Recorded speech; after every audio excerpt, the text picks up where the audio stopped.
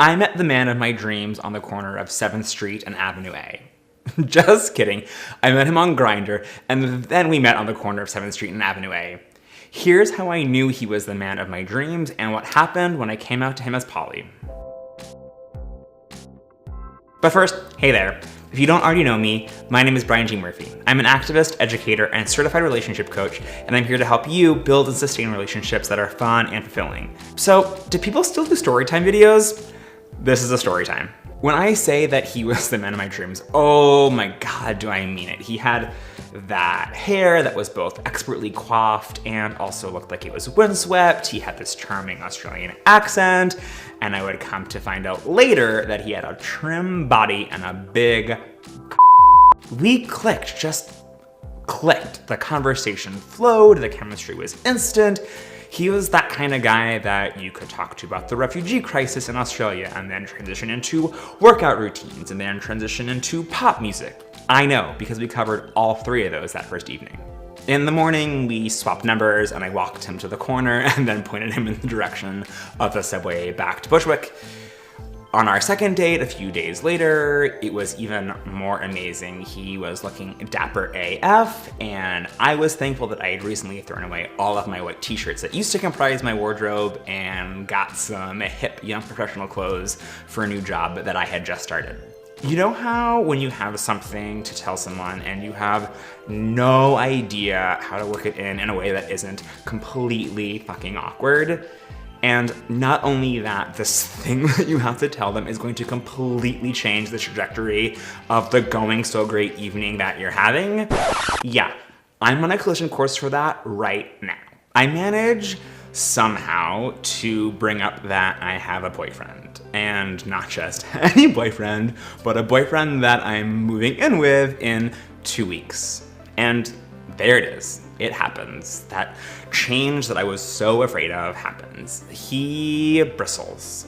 Not intentionally, but he's sitting up a little taller and he's holding his body a little tighter, and I can just see his fight or flight instinct kick in over the tacos and Mexican Cokes that we've been sharing.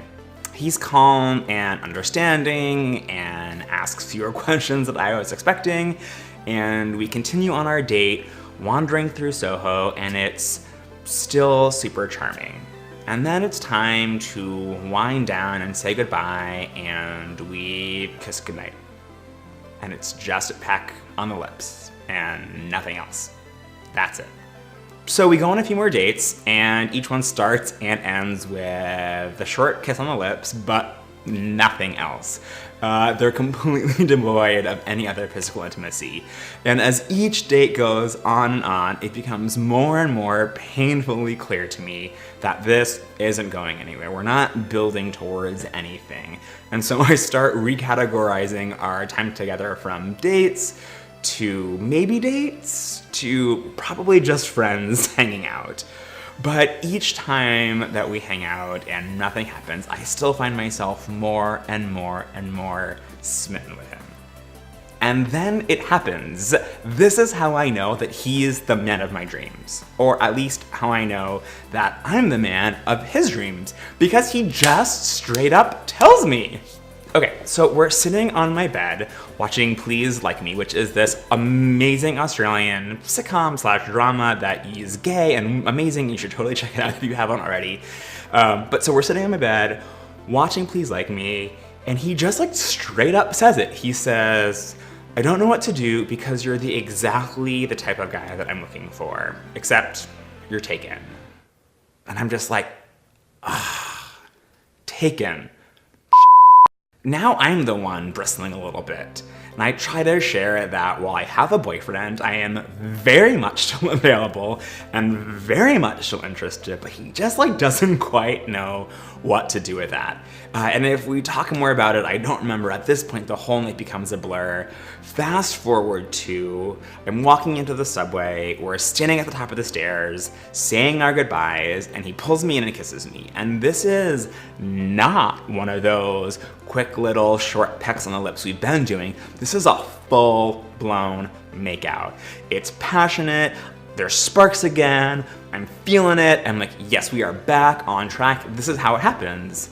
Wouldn't this be amazing if this was a lesson in patience, in giving people time to get used to new ideas, new ways of relating, and that it all works out in the end? But it is not that. It is a lesson in sometimes shit just doesn't work out. That was the last time we kissed. We hung out more and we're still friends today, but that was the beginning of the end of any sort of romantic energy between us. This is also a lesson in if he's just not that into you, he's not the man of your dreams. The man of my dreams wants me just as I am, not how he wishes I might be.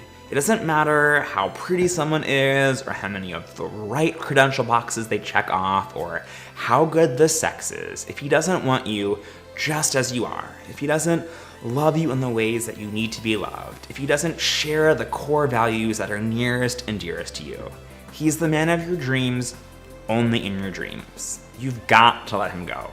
And you're not even letting him go, right? You're like letting this idea of him go. And in doing so, you can let him be who he really is. You can see your relationship for what it really is.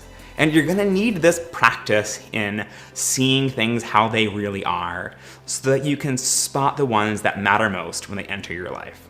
If you're out there looking for the man or men of your dreams, I am here to help. You're gonna wanna click on the video to the right here to get more support in building relationships that are fun and fulfilling. I'll see you over there.